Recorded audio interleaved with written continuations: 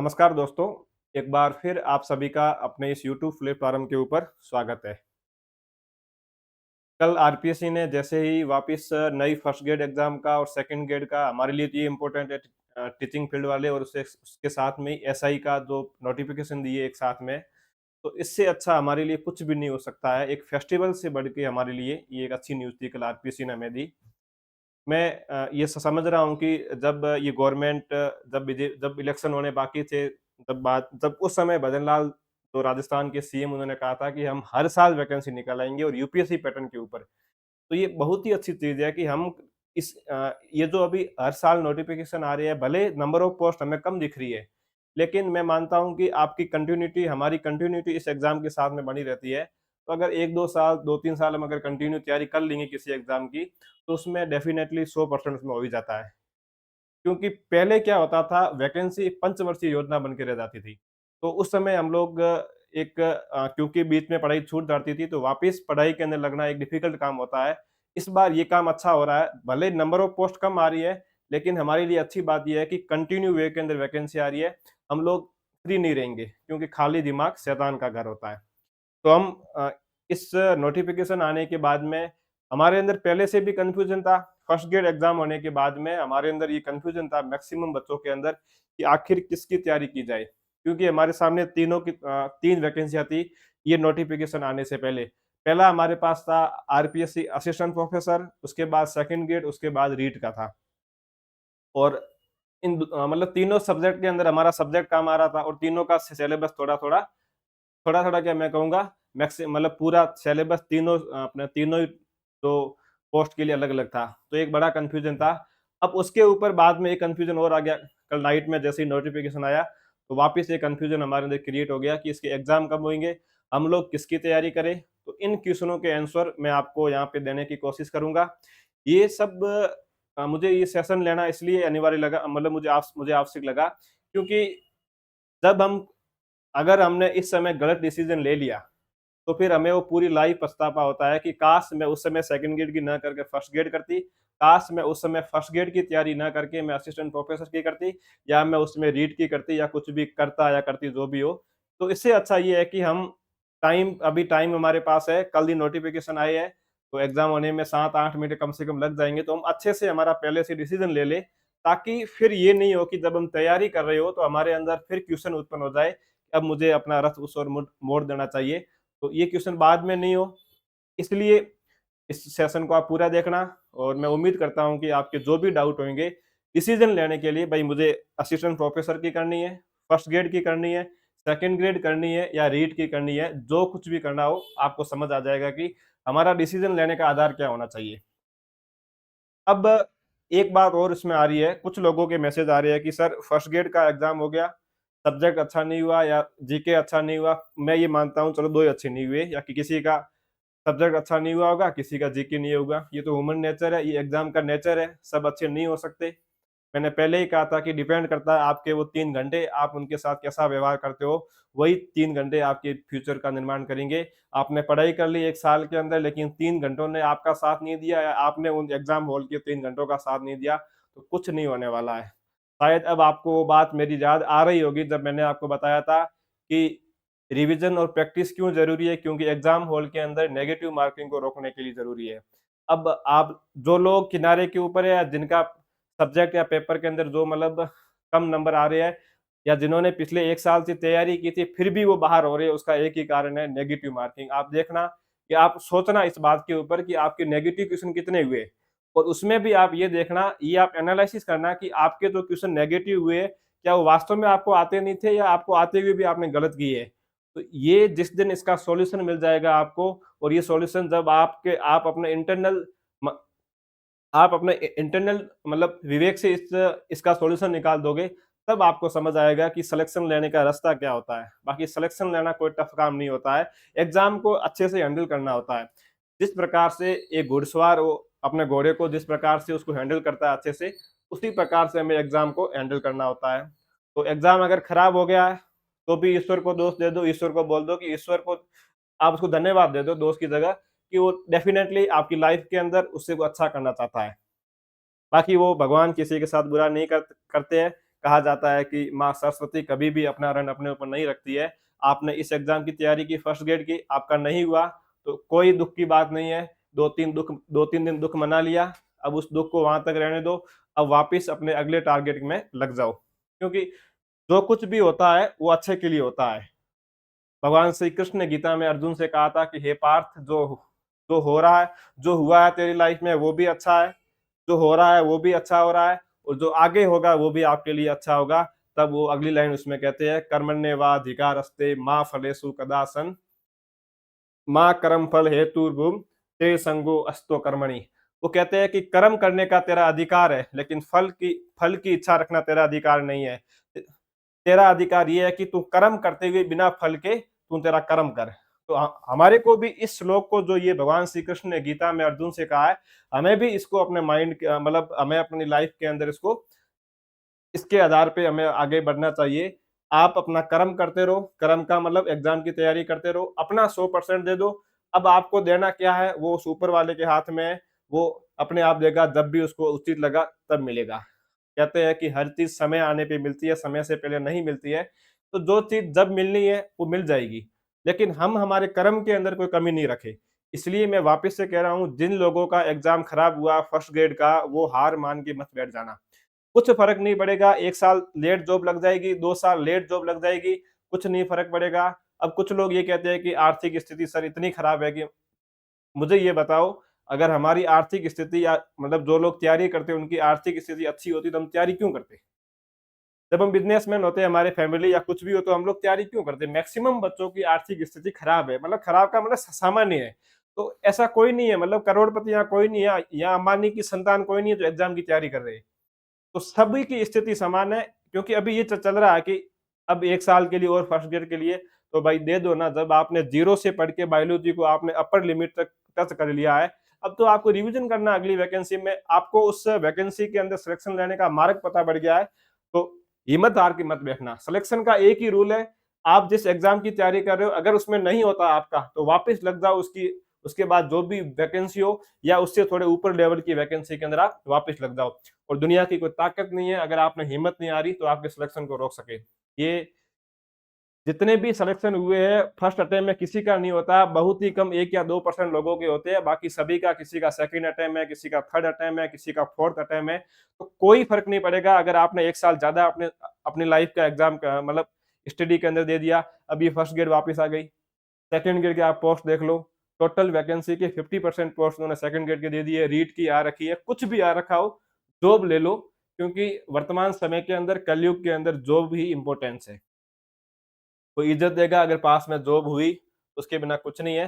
तो बस अब देखो, मैं आपको कहा करता था पहले कि रिवीजन और प्रैक्टिस करो, लेकिन आज मैं ये नहीं बोलूँगा, आज मैं बोलूँगा हिम्मत मत हारना बस, क्योंकि जिस दिन हिम्मत हार गए, उस दिन दुनिया की कोई ताकत आपको खड़ा नहीं कर पाएगी। लेकिन अब आपको खुद के अंदर आत्मविश्वास रख के कैसे भी करके 1 साल और तैयारी कर लो। सेकंड ग्रेड का एग्जाम अभी आ रहा है, उसके बाद वापस सेकंड ग्रेड का दे रखा है और फर्स्ट ग्रेड की हमारे सामने वापस आ गई है, और उससे भी बड़ी असिस्टेंट प्रोफेसर की हमारे सामने पड़ी है। और उससे भी बड़ी खुशखबरी ये है कि हर साल वैकेंसी आती रहेगी वापस। जैसे एपी की वैकेंसी, इसके बाद वापस उन्होंने प्रोसेस चालू कर दी है भाई कि नंबर ऑफ पोस्ट कितनी वो देखने के लिए। तो इस प्रकार से वैकेंसी अब खूब आती रहेगी, मतलब स्टूडेंट ऐसे फ्री नहीं रहेगा, क्योंकि कहा जाता है कि खाली दिमाग शैतान का घर होता है। अब हमारे पास खाली टाइम ही नहीं है। तो इस श्लोक को अपने माइंड के अंदर पुट एकदम सेट कर लेना कि कर्मण्येवाधिकारस्ते, कर्म करने का तेरा और मेरा अधिकार है, लेकिन फल पर इच्छा रखना तेरा अधिकार नहीं है। कर्म करते जाओ बिना फल की इच्छा के। फल जब उसको देना होगा ऊपर वाले को, वो अपने आप देगा। डेफिनेटली अगर हमने मेहनत की है तो हमारा मेहनत की हुई उसका जो फल है वो कोई नहीं रखता है। अब आज इस सेशन के अंदर हम जो देखेंगे वो सबसे इंपॉर्टेंट ये देखेंगे कि कल का जो नोटिफिकेशन आया है या इस फर्स्ट ग्रेड एग्जाम के बाद में हमारी क्या रणनीति होनी चाहिए, जिससे हमें, अब हम देखेंगे हमारी क्या रणनीति होनी चाहिए।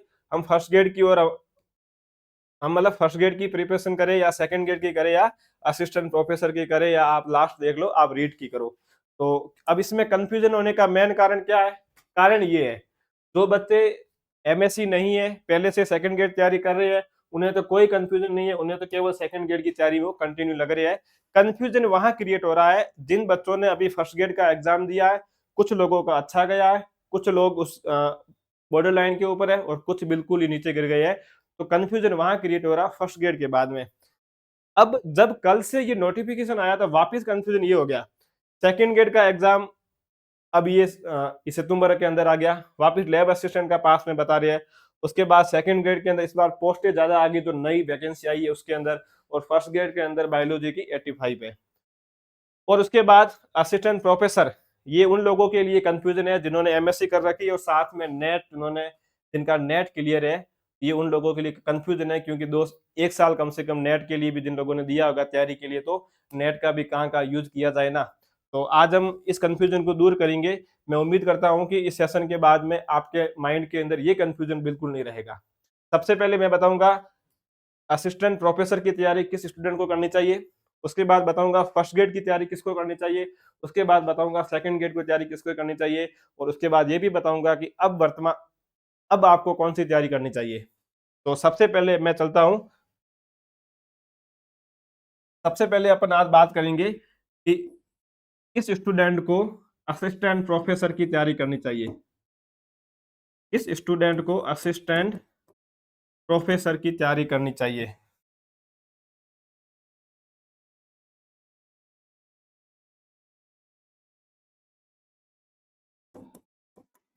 तो एपी की तैयारी किस स्टूडेंट को करनी चाहिए फर्स्ट ग्रेड एग्जाम होने के बाद में।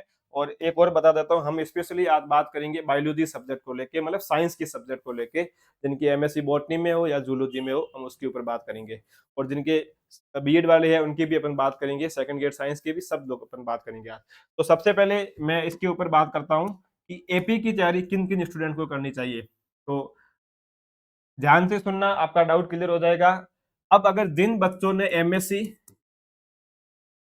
प्लस जिनका नेट या सेट, एमएससी प्लस नेट और सेट क्लियर है, डेफिनेटली जिस स्टूडेंट ने नेट को निकाला उसका सब्जेक्ट अच्छा है, उसको खुद पे डाउट करने की कोई जरूरत नहीं है, भले उसका फर्स्ट ग्रेड का एग्जाम कितना भी बुरा गया हो। नंबर एक बात ये हो गई। तो जिनका एमएससी नेट और सेट है उनको आज ही अपने रथ को असिस्टेंट प्रोफेसर की ओर मोड़ देना चाहिए। कहते हैं कि जो घायल शेर होता है उसका जो प्रहार होता है वो जबरदस्त होता है। अगर आपका फर्स्ट ग्रेड में अच्छा नहीं हुआ तो भी कोई फर्क नहीं पड़ता है, अगर आपका फर्स्ट ग्रेड अच्छा हो गया तो भी आपको दिसंबर तक इस एपी के एग्जाम की ओर मोड़ देना चाहिए अपने रथ को। क्यों मोड़ना चाहिए उसका कारण बता रहा हूँ। नंबर एक, आपके पास नेट की डिग्री पर ही है तो ये बहुत ही अच्छी बात है, आपके एपी की तैयारी हो जाएगी, मतलब सॉरी आपका सब्जेक्ट अच्छा अगर नेट की डिग्री है तो, इस बात का ये प्रूफ है, क्योंकि लाइफ साइंस के अंदर नेट को निकालना अपने आप में बड़ी बात होती है। उसके बाद दूसरी बात ये है, आप नेट क्वालिफाई हो, आपके एमएससी है, इसका मतलब आप, अब जैसे कोई हो सकता है एमएससी बॉटनी के अंदर हो और कुछ हो सकते हैं जूलॉजी के अंदर हो, तो आपका जो भी सब्जेक्ट हो आप उसके अकॉर्डिंग तैयारी करना शुरू कर लो, आज ही तैयारी करना शुरू कर देना, क्योंकि 5 महीने बच्चे एपी को एग्जाम को लेकर। अब मैं ये बात क्यों कह रहा हूँ कि आप लोग फर्स्ट ग्रेड या सेकंड ग्रेड की तैयारी नहीं करके आप असिस्टेंट प्रोफेसर की करो, मैं इसलिए कह रहा हूँ। नंबर एक, आपका नेट क्लियर है तो आपने जो असिस्टेंट प्रोफेसर में मतलब उसके अंदर 2 पेपर होते हैं जो सब्जेक्ट के, उसमें से जो सेकंड पेपर होता है वो आपने नेट के दौरान पूरा पढ़ लिया होता है। इसमें 12 यूनिट होती है, ये 12 की 12 यूनिट आपने नेट के जब सिलेबस आपने जब तैयारी की थी तो वहां पे आपने पूरा पढ़ लिया है। अब आपको रिवीजन करना है। फिर मैं बता रहा हूँ, अब फर्स्ट पेपर में क्या आता है, अगर आप बॉटनी के हो तो मैं बॉटनी की बात करूंगा, तो आपके यहाँ पर डाइवर्सिटी आती है। अगर आप जूलॉजी के हो तो वहां पर भी आपको डाइवर्सिटी का सामना करना पड़ेगा, लेकिन जूलॉजी वालों के लिए प्लस पॉइंट ये है कि जूलॉजी का जो एपी का सिलेबस है वो पूरा का पूरा नेट का सिलेबस लगभग सेम है, केवल आप डाइवर्सिटी को हटा दो, बाकी वाला सिलेबस जो है वो सेम है एपी और आपके नेट का। बॉटनी वालों को थोड़ी डाइवर्सिटी ज्यादा पढ़नी पड़ती है इधर, वैसे बराबर है, कोई ज्यादा नहीं है, 5-6 यूनिट इधर बॉटनी में भी डाइवर्सिटी की है और 5-6 यूनिट उधर आपके जूलॉजी में भी, मतलब जितने नंबर की डाइवर्सिटी इधर आती है उतने के उतने नंबर की डाइवर्सिटी आपकी उधर जूलॉजी में आती है, तो वो उसका कोई फर्क नहीं पड़ता है। तो मेरे कहने का मतलब ये है, जिन बच्चों ने एमएससी प्लस नेट आज ही असिस्टेंट प्रोफेसर के लिए लग जाना, बिना कुछ सोचे समझे, ये मत सोचना कि एपी की पोस्ट ऊपर है, कुछ फर्क नहीं पड़ता, जितनी ऊंची पोस्ट होती है उतना उसका सिलेबस बहुत बिल्कुल सिंपल होता है। अब मैं क्या बताऊं, आपको पता है कि एपी के सिलेबस में क्या राजस्थान जीके आता है, राजस्थान की हिस्ट्री, राजस्थान की ज्योग्राफी, राजस्थान की इकोनॉमी, राजस्थान का करंट, केवल राजस्थान का आता है। और फिर ये, और उसमें ओनली बॉटनी आती है, आपको जूलॉजी बिल्कुल नहीं पढ़नी है। और अब देखो बाई चांस आप इस दिसंबर वाले एग्जाम को देने के बाद आप आराम से फर्स्ट ग्रेड में लग सकते हो। अब देखो, आपको एपी की तैयारी इसलिए भी करनी चाहिए कि जिन बच्चों ने फर्स्ट ग्रेड का सिलेबस पूरा पढ़ा है, तो आपकी एपी की 50 से 60% तैयारी आपकी यहाँ से हो गई है। आप एक काम करना, अगर आपको खुद पे विश्वास नहीं आ रहा भाई कि मैं इतनी ऊपर इतनी ऊंची पोस्ट की तैयारी कैसे करूं या करूंगी, तो आप ऐसे करना, अभी जो एपी का एग्जाम हुआ था 2024 के अंदर, आप उसके पेपर डाउनलोड करना, उसके पेपर को देखना, उस पेपर के क्वेश्चन को पढ़ के आपको अपने आप आत्मविश्वास आएगा। अभी जो फर्स्ट ग्रेड का पेपर हुआ उससे भी सिंपल क्वेश्चन उसमें आ रखे हैं, तो कोई फर्क नहीं पड़ता है। मैं तो कह रहा हूँ कि सबसे ज्यादा बड़ा जो सबसे कठिन सिलेबस होता है कवर करना, वो सेकंड ग्रेड का होता है, उसके बाद फर्स्ट ग्रेड का होता है, उसके बाद होता है एपी का होता है। तो एपी का सबसे सिंपल सिलेबस है, उससे थोड़ा टफ होती है फर्स्ट ग्रेड, और उससे भी टफ है सेकंड ग्रेड। तो एपी का सिलेबस को कवर करना बिल्कुल सिंपल है। मेरी बात को आज भी कान खोल के सुन लेना, जिन स्टूडेंट के नेट है वो आज ही एपी की ओर मुड़ जाए। आप दिसंबर तक एपी को दे दो, उसके बाद फर्स्ट ग्रेड आ रही है, वापस एपी की वैकेंसी और आ रही है, इस बार पोस्टें अच्छी आ रखी है, क्या पता अगली वैकेंसी में पोस्टें कम आए। तो एपी में इस बार पोस्टें साइंस सब्जेक्ट के अंदर बॉटनी जूलॉजी की बहुत बढ़िया आ रखी है। तो ये बात आपकी क्लियर हो गई होगी कि जिनके एमएससी और नेट है उनको एपी की तैयारी करनी है। क्यों करनी है? क्यों का कारण ये है कि आपने नेट के दौरान एपी के 50% सिलेबस को पढ़ लिया है, अब आपको रिवीजन करना है। दूसरा कारण क्या है? आपने फर्स्ट ग्रेड की तैयारी की है, तो एपी के लिए 40 से 50% आपने अपना सिलेबस वहां से कवर कर लिया है, क्योंकि आपने वहां बॉटनी वहीं पढ़ी है, जूलॉजी भी पढ़ी है, तो जूलॉजी वाले ने जूलॉजी वहां पढ़ ली है और बॉटनी वाले ने बॉटनी वहां से पढ़ ली है। तो ये मेरे हिसाब से डाउट अब दूर हो गया होगा। अब कैसे पढ़ना है, कौन सी बुक, वो अपन बाद में देखेंगे, लेकिन आपका डिसीजन क्या होगा? जिनके नेट है आज ही बिना कुछ सोचे समझे एपी के पीछे पड़ जाओ हाथ धो के। अब हम बात करेंगे फर्स्ट ग्रेड की, कि फर्स्ट ग्रेड की तैयारी, फर्स्ट ग्रेड से पहले मैं सेकंड ग्रेड की बात करता हूं। मैं सेकंड ग्रेड की बात करूंगा फर्स्ट ग्रेड से पहले, कि सेकंड ग्रेड की तैयारी किसको करनी चाहिए और क्यों करनी चाहिए। अब देखो, जैसे मैं होता आपकी जगह आज, जैसे ये नोटिफिकेशन आता तो मैं डेफिनेटली, अगर मुझे, या मैं ये बता देता कि अगर मुझे फिजिक्स की केमिस्ट्री, या मैंने कभी पहले सेकंड ग्रेड की तैयारी कर रखी हो, तो मैं आज सेकंड ग्रेड की तैयारी करता इस 2 महीनों के लिए। क्योंकि ऐसा तो है नहीं जो आज नोटिफिकेशन आया फर्स्ट ग्रेड एग्जाम का, वो अब ऐसा तो है नहीं कि 4-5 महीनों में एग्जाम हो जाएगा आने, तो ये तो ये मतलब कोई उम्मीद नहीं है हमें। लगभग 7-8 महीने आपके एग्जाम के अंदर लगेंगे, ये तो बात श्योर है, ये आप भी मानते हो। और इससे भी ज्यादा अगर आपको ट्रस्ट नहीं हो तो आप देख लेना, 1 महीने के अंदर अंदर आपके एग्जाम की डेटें भी आ जाएगी, ये भी मैं बता देता हूँ आपको। अब देखो, जिन स्टूडेंट ने पहले कभी सेकंड ग्रेड की तैयारी कर रखी हो, जिन स्टूडेंट ने पहले कभी मतलब पिछली वाली वैकेंसी की सेकंड ग्रेड की तैयारी कर रखी हो, तो उनको तो वापस सेकंड ग्रेड की तैयारी 100% करनी है। नंबर एक बात ये हो गई।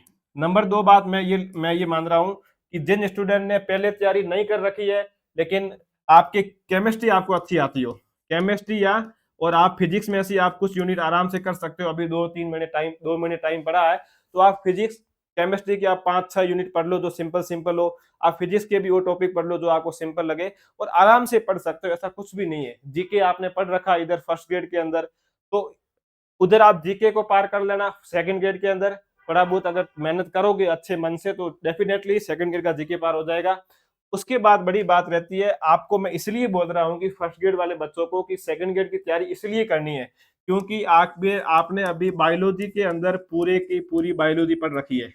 फर्स्ट ग्रेड के दौरान आपने बॉटनी भी यहाँ से पढ़ रखी है, और आपने जूलॉजी भी यहाँ से पढ़ रखी है, तो इस चीज का ध्यान रखना आपको। अब अगर सेकंड ग्रेड के अंदर आप अगर मान के चलो, अगर बायोलॉजी के 45 से 50 क्वेश्चन तो आराम से आएंगे हर सब्जेक्ट के, तो मैं मानता हूं कि सेकंड ग्रेड का पेपर फर्स्ट ग्रेड जितना टफ नहीं आता है, लेकिन आ भी गया ना अगर सेकंड ग्रेड का पेपर टफ, तो आप फर्स्ट ग्रेड वालों को इसमें फायदा होगा। सेकंड ग्रेड वाला कभी भी बायोलॉजी इस लेवल का नहीं पढ़ के जाएगा, भले वो किसी भी कोचिंग से पढ़ रहा हो, भले वो किसी भी नोट से पढ़ रहा हो, भले वो किसी भी बुक से पढ़ रहा हो, तो डेफिनेटली आपको फायदा होगा। अगर आप बायोलॉजी के क्वेश्चन, अगर आप पूरे के पूरे, मतलब पूरे का पूरे मतलब होता है 90% अगर आप क्वेश्चन सही कर जाते हो, तो आराम से आप फिजिक्स और केमिस्ट्री के अंदर आप इधर से 10-15 क्वेश्चन को आप निकाल दोगे, तो आपके 40% तो आराम से पार हो जाएंगे, आपकी बायोलॉजी या नैया पार करा देगी। अब मैं ये क्यों कह रहा हूँ? मैं इसलिए कह रहा हूँ कि पिछली जो फर्स्ट ग्रेड का एग्जाम था 2022 वाला, वो पहले हुआ था, उसके बाद हुआ था सेकंड ग्रेड का एग्जाम।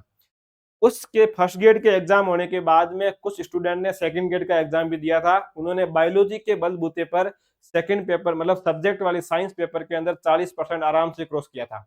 उन्होंने 5-6 यूनिट पढ़ ली केमिस्ट्री से और 2 टॉपिक फिजिक्स में सिंपल थे उन्होंने, तो वह उन्होंने फिजिक्स से कर लिए, तो आराम से उनके 40% बन गए थे। और जीके उन्होंने इधर से सेकंड ग्रेड में मेरे हिसाब से कुछ मतलब वर्ल्ड का भी ज्योग्राफी है, तो उन्होंने वहां से कवर थोड़ा बहुत पढ़ लिया था। आराम से होता, राजस्थान जीके पढ़ लो आप। अब जो आपने इधर इंडिया की हिस्ट्री पढ़ रखी है, तो जीके वाला सिलेबस आप देख लेना, मुझे इतना पता नहीं है। लेकिन ये मैं गारंटी देता हूं, अगर फर्स्ट ग्रेड का एग्जाम देने के बाद आपने अच्छे से बायोलॉजी पढ़ रखी है, तो आपका इधर से आराम से सेकंड पेपर सब्जेक्ट वाला क्लियर हो जाएगा। शर्त ये ओनली आपको फिजिक्स और केमिस्ट्री कुछ-कुछ यूनिटें देखनी पड़ेगी। उन यूनिट को देखना पड़ेगा जो सिंपल यूनिट हो, जिसके अंदर थ्योरेटिकल ज़्यादा हो और मतलब तो उन यूनिट को आप देख लोगे तो आपके आराम से इधर ये पार हो जाएगा।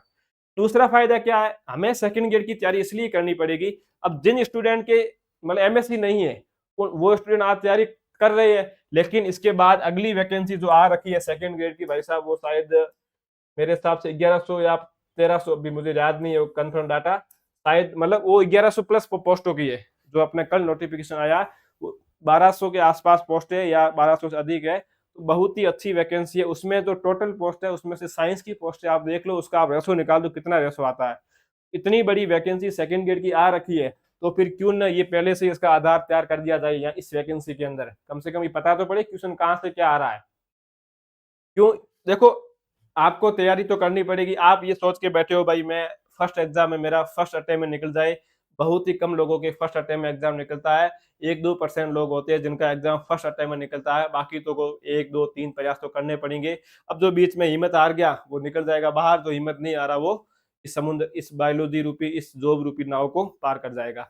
तो सेकंड ग्रेड की तैयारी में लग जाओ। जो बच्चे एपी की जिन बच्चों का नेट क्लियर नहीं है, वो स्टूडेंट आज ही सेकंड ग्रेड की तैयारी में लग जाए बिना कुछ सोचे समझे। अब मैं बात करूंगा, अब हम लास्ट में बात करते हैं फर्स्ट ग्रेड के बारे में। अब मैंने फर्स्ट ग्रेड की बात सबसे लास्ट में इसलिए की है क्योंकि फर्स्ट ग्रेड अभी आसपास कुछ नहीं है। आपके पास सेकंड ग्रेड ऑप्शन पड़ा है, जिनके नेट नहीं है वो चले जाए सेकंड ग्रेड की ओर, और जिनके नेट है वो तो बिना कुछ सोचे समझे एपी के पीछे हाथ धो के पड़ जाए। अब जिन बच्चों को ये लगता है कि भाई मैं फिजिक्स बिल्कुल नहीं पढ़ सकता हूँ, मैं केमिस्ट्री बिल्कुल नहीं पढ़ सकता हूँ, मेरे से अब जो उसमें जो जीके एक्स्ट्रा वो मेरे से नहीं पढ़ाया जाता, मैं तो ओनली एंड ओनली मुझे फर्स्ट ग्रेड ही बनना है, और अगर फर्स्ट ग्रेड नहीं बनूंगा तो मुझे और कोई जॉब नहीं करनी है। तो उसके लिए सीधा एक ही है, फर्स्ट ग्रेड की तैयारी में लग जाओ। अब फर्स्ट ग्रेड की तैयारी कैसे करनी है, कहाँ से करनी है, कैसे नोट्स है, या कौन सी बुक पढ़नी है, कौन सी कोचिंग है, क्या हमारा तरीका होना चाहिए, ये सब मैं आपको अ, अगले सेशन में बता दूंगा। लेकिन यहाँ पर मैं वापस बता रहा हूँ, जिन स्टूडेंट का नेट क्लियर है वो बिना कुछ सोचे समझे second grade sorry assistant professor पे लग जाओ, बहुत ही बढ़िया पोस्ट है, उससे ऊपर कुछ नहीं है। उसके बाद जिन बच्चों के नेट क्लियर नहीं है, वो बच्चे आज ही लग जाओ सेकंड ग्रेड के पीछे। उसके बाद जिनको पता है कि मुझे ना केमिस्ट्री पढ़नी है, मुझे ना फिजिक्स पढ़नी है, ना मुझे इतना जीके पढ़ने में इंटरेस्ट है वर्ल्ड का, तो वो बच्चे वापस फर्स्ट ग्रेड में लग जाए। या जिनको लगता है कि मेरा ड्रीम ही फर्स्ट ग्रेड है, उसके अलावा मुझे अर्जुन की आंख की मतलब अर्जुन की, जैसे अर्जुन को चिड़िया दिख रही थी वैसे मुझे आसपास कोई नहीं दिख रहा है फर्स्ट ग्रेड के अलावा, तो वापस फर्स्ट ग्रेड में लग जाओ। और एक बात ध्यान रखना, माँ सरस्वती कभी अपना रण अपने ऊपर नहीं रखती है। वो आपको इस वैकेंसी में नहीं दिया तो अगली वैकेंसी में दे जाएगी, अगर अगली वैकेंसी नहीं दिया तो बीच में कहीं दे के जाएगी। आपने जितनी मेहनत की है या उससे ज्यादा मिलेगा या उससे कम मिलेगा या उसके बराबर मिलेगा, लेकिन मिलेगा जरूर, ये शाश्वत सत्य है।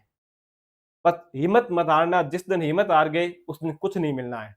क्योंकि इस बात को कान खोल के सुन लो, किसी का भी फर्स्ट अटेम्प्ट में सिलेक्शन नहीं होता है, कि किसी का मतलब 99% बच्चों का नहीं होता, केवल 1% या 2% बच्चे होते हैं जिनका सिलेक्शन होता है फर्स्ट अटेम्प्ट के अंदर, बाकी नहीं होता है। ये एग्जाम है, कोई ऐसे कोई छोटा-मोटा कोई भाई ये अटेम्प्ट कोई मतलब इतना भी कुछ सिंपल कॉम्पिटिशन नहीं है कि आप फर्स्ट टाइम आप जाके एग्जाम दो और आपका हो जाए।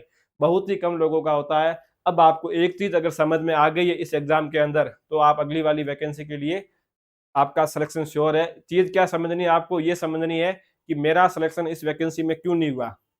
इसका कारण अगर आपको मिल गया, तो आपका सिलेक्शन अगली वाली वैकेंसी के लिए आपने अपने आप उस जॉब का दरवाजे खोल दिए हैं। और अमूमन मैक्सिमम विद्यार्थियों का एक ही कारण है, नेगेटिव मार्किंग। मैंने फर्स्ट ग्रेड एग्जाम होने से पहले दिन कहा था जितने क्वेश्चन आए उतने अटेंड करना, जीके हमारे साथ खेल रहा है, आरपीसी हमारे साथ फर्स्ट पेपर में खेल रही है, लेकिन फिर भी हम लोगों ने 40% आराम से बन जाते हैं। अगर आप उसमें शायद 30 क्वेश्चन होते हैं 40% के लिए, 30 क्वेश्चन उससे 75 क्वेश्चन के आराम से मिल रहे थे, सिंपल मतलब जो आप कर सकते थे। लेकिन फिर भी हम लोग ये चाहते हैं कि हम हमारी मार्किंग को बढ़ाएँ। अब मैं आपको इसका एग्जांपल दूँ, तो मैं 6 से 5-6 ऐसे स्टूडेंट मेरे फ्रेंड मैं उनको जानता हूँ जो नेट क्वालीफाई है, जिनके बायोलॉजी सब्जेक्ट के अंदर 125 प्लस नंबर है। 125 प्लस नंबर जिनके बायोलॉजी सब्जेक्ट में आ रहे हैं।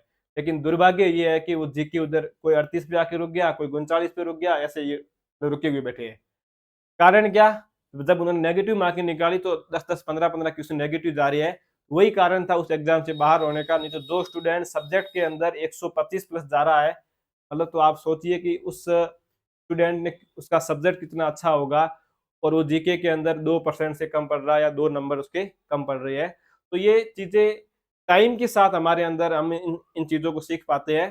तब कहा जाता है कि अकल आती है, नहीं अक्ल बादाम खाने से नहीं आती, अकल आती है भजीड़ खाने से आती है। तब भजीड़ लगेगा तब अकल आती है। तो ये हमारे अब फर्स्ट ग्रेड का हमारे भजीड़ लगा तो हमें अकल आएगी भाई हमें नेगेटिव मार्किंग के ऊपर कंट्रोल करना है। अब ये कंट्रोल कैसे करोगे? जब आप ज़्यादा प्रैक्टिस करोगे तब अपने आप आपके अंदर से आपके आवाज़ आएगी कि मुझे ऐसे कंट्रोल करना है। बाकी किसी के कहने से, किसी के सिखाने से, एक्सटर्नल मोटिवेशन से कंट्रोल आप नहीं करोगे क्योंकि आप सीख नहीं पाओगे। कंट्रोल तभी कर पाओगे जब आप ज़्यादा से ज़्यादा प्रैक्टिस करोगे और खुद उसके ऊपर अपना एनालिसिस करोगे कि मेरे क्वेश्चन कैसे और क्यों और कहाँ से गलत हो रहे हैं। तो ये अपना सेशन अपन यहीं पे खत्म करते हैं।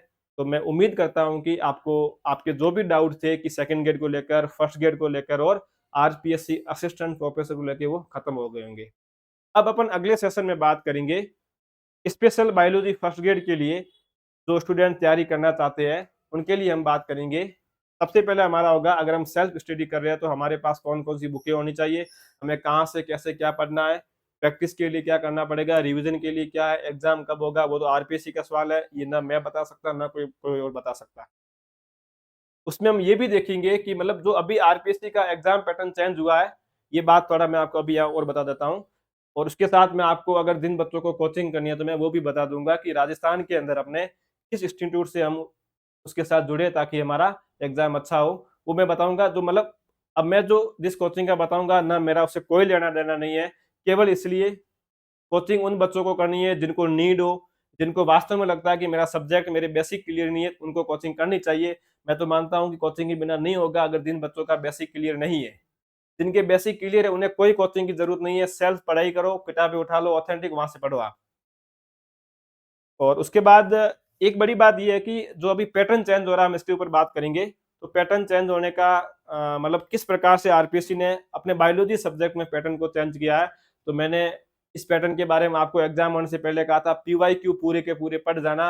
अब अगर आप लोग अभी फ्री बैठे हो, बायोलॉजी वाले पेपर को उठा लो, एक साइड रखो बायोलॉजी का पेपर, एक साइड रख लो आप राजस्थान के अंदर बायोलॉजी से संबंधित जितने भी एग्जाम हुए। एग्जाम्पल के तौर पे सेकंड ग्रेड का एग्जाम, फर्स्ट ग्रेड के 5 पेपर, एसीएफ का एग्जाम और असिस्टेंट प्रोफेसर का एग्जाम, आप उनके क्वेश्चन एक साइड रखो और ये क्वेश्चन एक साइड रखो। आप देखोगे कि 60 से 70% क्वेश्चन आपको वहां से पीवाईक्यू मिल रहे हैं।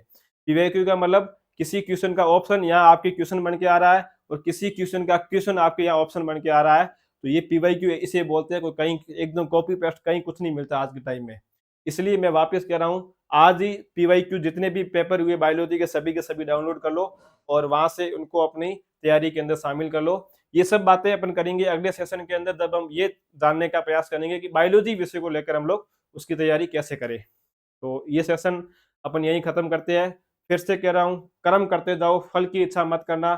फल देना ऊपर वाले का काम है, कर्म करना हमारा काम है।